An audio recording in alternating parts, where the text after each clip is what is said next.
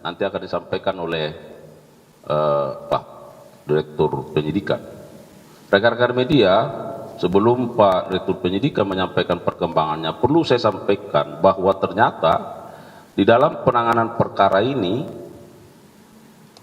setidaknya ada 3 kelompok atau fungsi yang dilakukan oleh tim kuasa hukum. Ada yang berfungsi sebagai tim juridis, ada yang berfungsi dalam kaitan dengan social engineering, dan ada yang berfungsi dalam kaitan dengan non-juridis. Nah, seperti apa nanti terkait dengan 3 fungsi ini yang juga pada akhirnya membuat sikap dari penyidik, tentu kita akan simak bersama, ya. Oleh karenanya rekan-rekan media, terima kasih sekali lagi dan kami persilakan kepada Pak Direktur Penyidikan untuk menyampaikan rilis perkembangan terkait dengan penanganan perkara ini. Kami persilakan. Terima kasih. Assalamualaikum warahmatullahi wabarakatuh. Waalaikumsalam.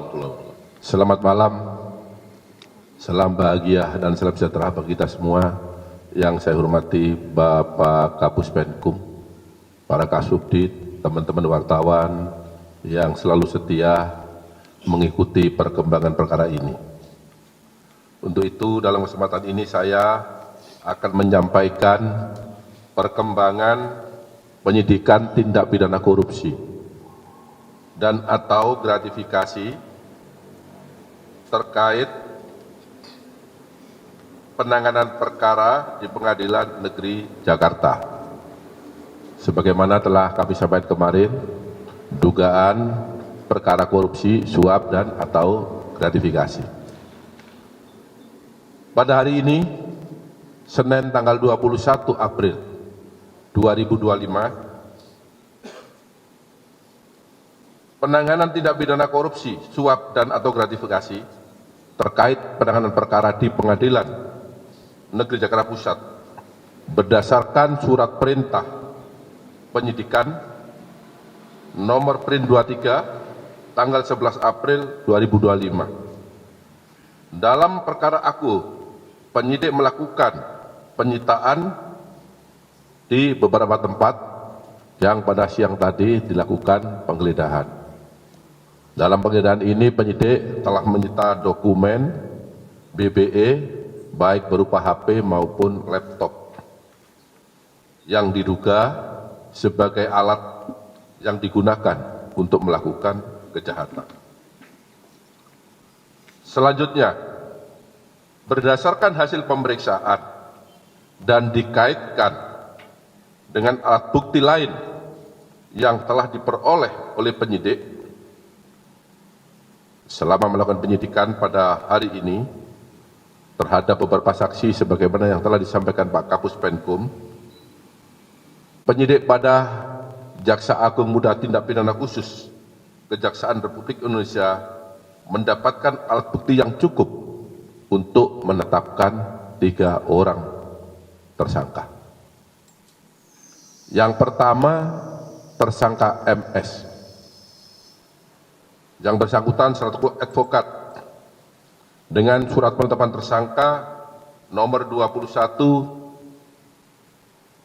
tanggal 21 April 2025. Yang kedua, tersangka JS yang bersangkutan sebagai dosen dan advokat berdasarkan surat penetapan tersangka nomor 29 tanggal 21 April 2025.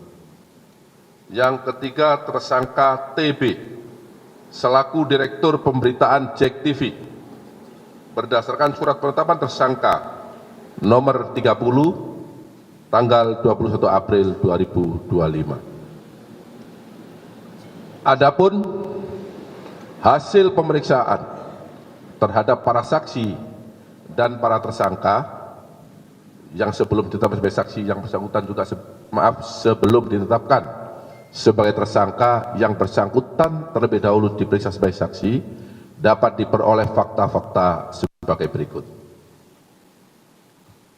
Terdapat permufakatan jahat yang dilakukan oleh MS, JS bersama-sama dengan TB selaku Direktur Pemberitaan JEK TV untuk mencegah, merintangi atau menggagalkan secara langsung atau tidak langsung dalam penanganan perkara tindak pidana korupsi tata niaga komoditas timah di wilayah IUP di PT Pertamina Tbk dan tindak pidana korupsi dalam kegiatan importasi gula atas nama tersangka Tom Lembong, baik dalam penyidikan, penuntutan maupun pemeriksaan di pengadilan. Sementara berlangsung yang saat ini prosesnya sedang berlangsung di pengadilan dengan biaya sebesar dengan biaya Rp478.500.000 yang dibayarkan oleh tersangka MS dan tersangka JS kepada TB yang dilakukan dengan cara-cara sebagai berikut. Tersangka MS dan tersangka JS mengorder tersangka TB untuk membuat berita-berita negatif dan konten-konten negatif yang menyudutkan kejaksaan terkait dengan penanganan perkara akuo, baik ketika di penyidikan, penuntutan maupun di persidangan, dan tersangka TB mempublikasikannya di media sosial, media online, dan JEK TV News sehingga kejaksaan dinilai negatif dan telah merugikan hak-hak para tersangka atau terdakwa yang ditangani oleh tersangka MS dan tersangka JS selaku penasihat hukum tersangka atau terdakwa. Kemudian tersangka JS membuat narasi-narasi dan opini-opini positif bagi timnya, yaitu MS dan JS, kemudian membuat metodologi perhitungan kerugian keuangan negara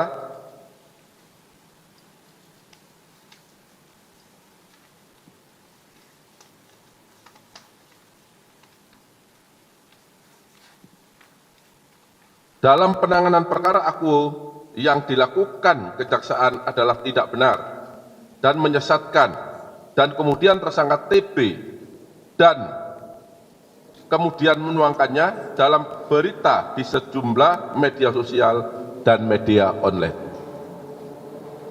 Tersangka MS dan tersangka JS membiayai demonstrasi-demonstrasi dalam upaya untuk menggagalkan penyidikan, penuntutan, dan pembuktian perkara akuo di persidangan sementara berlangsung, dan tersangka TB kemudian mempublikasikan narasi-narasi demonstrasi tersebut secara negatif dalam berita-berita tentang kejaksaan.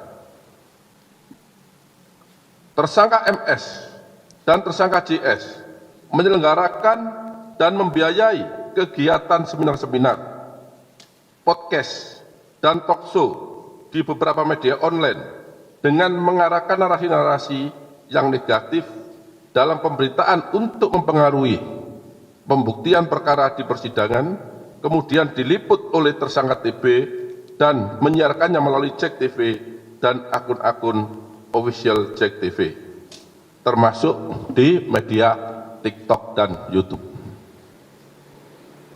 Tersangka TB memproduksi acara TV show melalui dialog, talk show, dan diskusi panel di beberapa kampus yang diliput oleh JEK TV.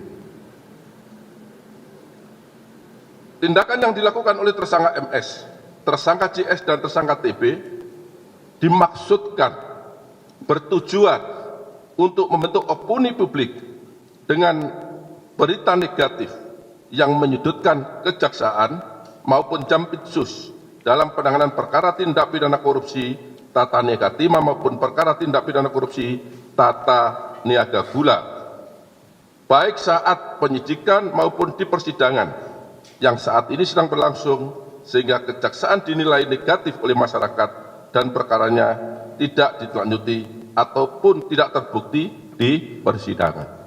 Jadi tujuan mereka jelas dengan membentuk opini negatif seolah-olah yang ditangani oleh penyidik tidak benar, mengganggu konsentrasi penyidik, sehingga diharapkan atau harapan mereka perkaranya dapat dibebaskan atau minimal mengganggu ya konsentrasi penyidikan. Selain daripada itu, para tersangka juga melakukan perbuatan yaitu menghapus beberapa berita, beberapa tulisan yang ada di BBE mereka sebagaimana keterangan yang telah diakui oleh para tersangka, dan barang bukti tersebut sudah dan telah kami sita. Kemudian di samping itu terhadap beberapa tersangka juga memberikan keterangan yang tidak benar, di mana dalam salah satu keterangan saksi menyatakan bahwa beberapa waktu sebelum putusan pengadilan diputus di depan persidangan, WS selaku panitera telah memberikan draft putusan tersebut kepada tersangka, dalam hal ini tersangka MS dan tersangka JS, untuk dikoreksi apakah putusan itu sudah sesuai yang diminta. Tetapi di dalam fakta penyidikan, kedua tersangka tersebut tidak mengakui dan mengingkari fakta yang sesungguhnya. Sehingga dapat disampaikan bahwa terhadap beberapa hal yang dilakukan tadi, maka termasuk unsur orang yang sengaja merusak bukti-bukti dalam perkara korupsi. Yang kedua, juga masuk orang yang memberikan informasi palsu atau informasi yang tidak benar selama proses penyidikan. Kemudian dapat saya sampaikan juga bahwa pasal yang disangkakan kepada tersangka MS yang bersangkutan diduga melanggar pasal 21 Undang-Undang Nomor 31 Tahun 1999 tentang pemberantasan tindak pidana korupsi sebagaimana diubah dengan Undang-Undang Nomor 20 Tahun 2001 junto pasal 55 ayat 1 ke 1 Kitab Undang-Undang Hukum Pidana. Kemudian untuk tersangka JS yang bersangkutan diduga melanggar pasal 21 Undang-Undang 31 tahun 1999 sebagaimana telah diubah dengan Undang-Undang Nomor 20 tahun 2001 tentang pemberantasan tindak pidana korupsi junto pasal 55 ayat 1 ke 1 KUHP.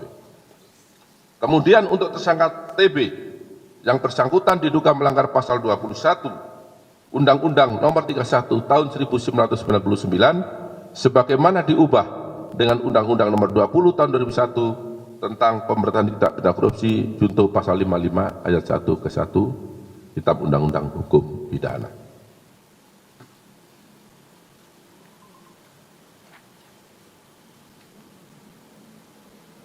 Terhadap kedua tersangka, yaitu tersangka JS, dilakukan penahanan 20 hari ke depan terhitung mulai hari ini di Rutan Salemba, Cabang Kejaksaan Agung.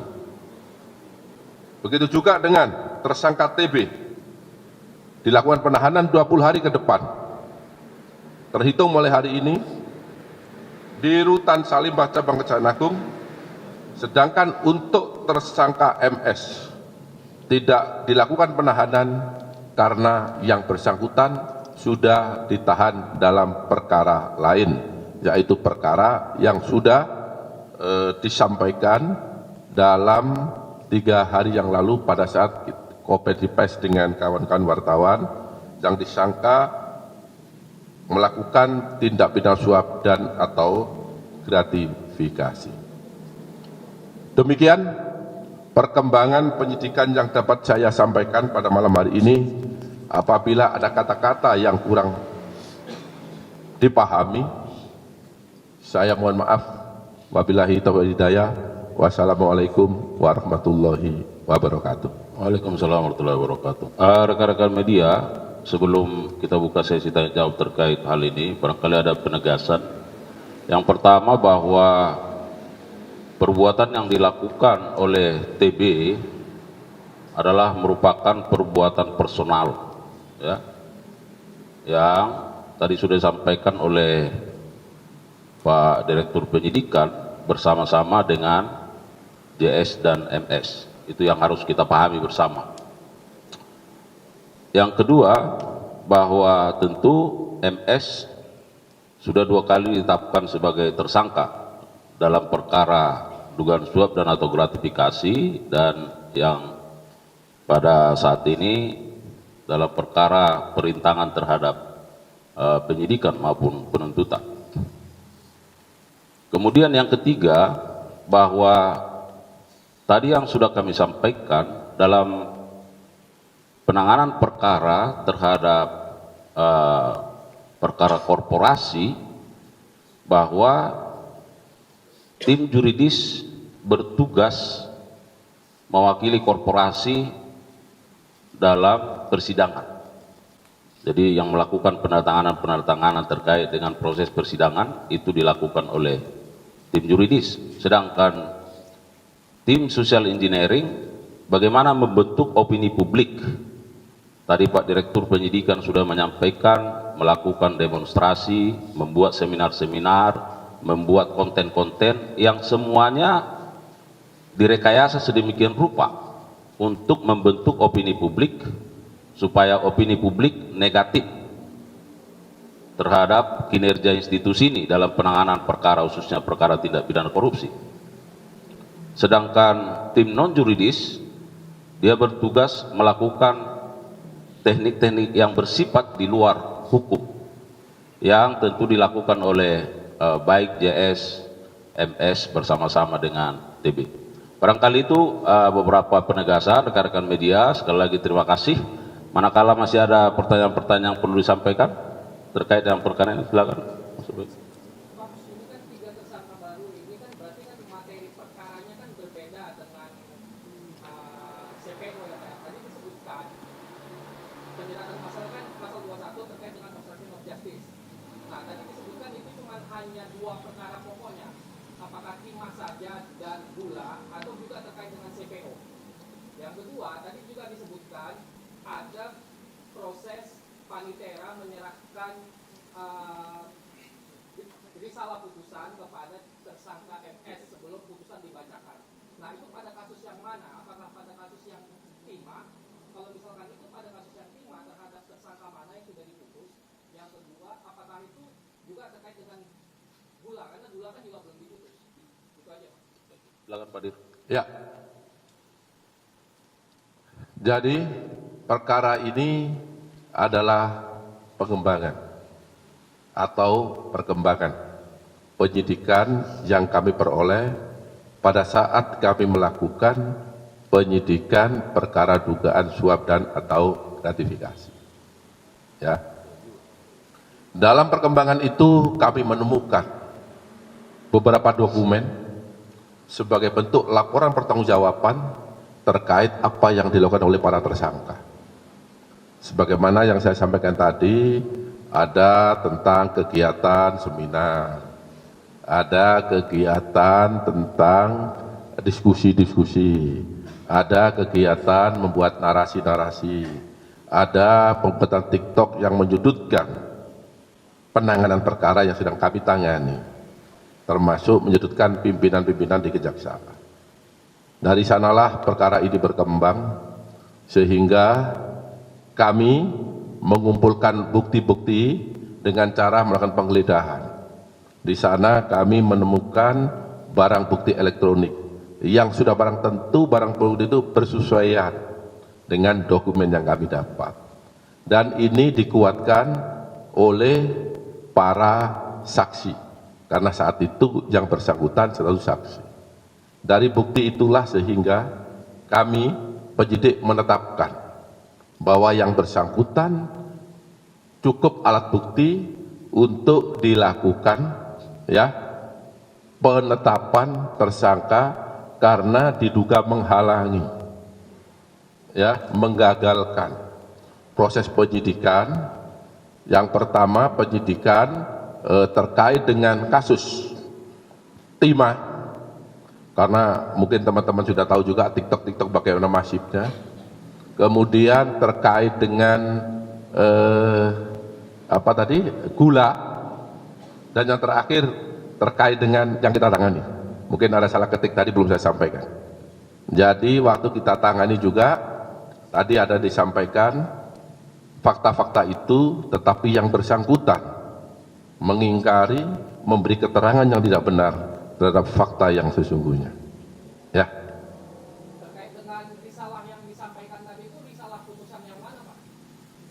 Ini yang apa ini? CPU korporasi. Ya. Silakan, Pak. Pak, ini kan TB itu kan Jak TV apa ya? Kan pemberitaan tadi disebutkan pemberitaan negatif. Pertanyaan saya, kalau misalkan pemberitaan negatif itu dari Kejaksaan Agung sebelum ada penangkapan inilah, apakah sudah melalui proses hukumnya Dewan Pers? Kalau misalkan negatif aja kan sebenarnya bisa disomasi dulu lah segala macam sampai seperti itu. Satu itu Pak. Kedua, yang di belakang kita itu mobil-mobil siapa Pak? Penyitaan untuk kasus ini apa seperti apa? Ya. Jadi pemberitaan ini sudah didesain sedemikian rupa oleh para tersangka. Yang tadi saya katakan, tujuan akhirnya adalah dibuat, diciptakan, dibentuk, diadakan untuk mendistrikkan institusi kejaksaan. Bahwa apa yang ditangani oleh penyidik itu semua tidak benar. Nah, ada kesempatan itu. Oleh karenanya mereka dalam melakukan itu, tadi Pak Kapus Penkum kan ada bilang tadi itu, ada tim yuridis, ya, ada tim non yuridis, ada lagi tim social engineering. Nah, dia berbagi peran, ya, berbagi peran. Nah, sehingga dari sanalah menstreanya sudah ada. Dan jadi JTV ini mendapat uang itu secara pribadi, bukan atas nama sebagai direktur ya, Jak TV ya, karena tidak ada kontrak tertulis antara perusahaan Jak TV dengan yang para pihak yang akan ditetapkan, sehingga itu ada indikasi dia menyalahgunakan kewenangannya selaku apa jabatannya, direktur Pak Kun ya, direktur produksi pemberitaan, maaf itu. Sedangkan untuk barang bukti ini dilakukan penyitaan tadi siang terkait dengan barang bukti perkara suap dan atau gratifikasi dari tersangka Arianto, ya Arianto Pak Kun, ya saya lupa namanya karena terlalu banyak ya. Cukup? Ya, 3 mobil dan kita juga mengamankan 2 kapal ya, yang di pantai Marina. Ya. Itu ada di depan itu, coba dicek ya. Tadi 3 yang mobil mewah ya.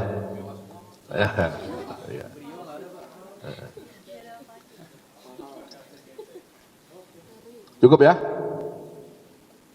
Cukup ya, saya kira cukup, tidak lagi pertanyaan.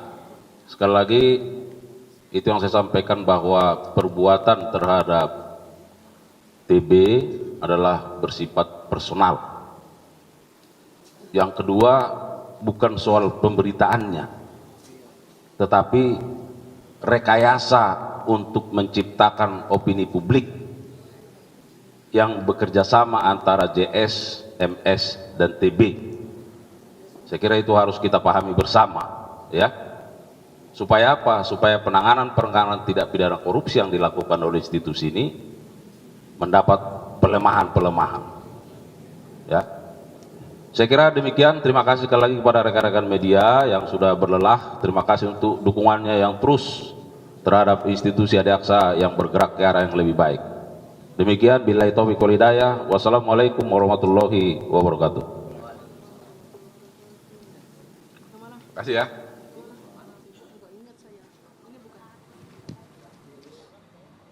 Saudara, itulah pernyataan dari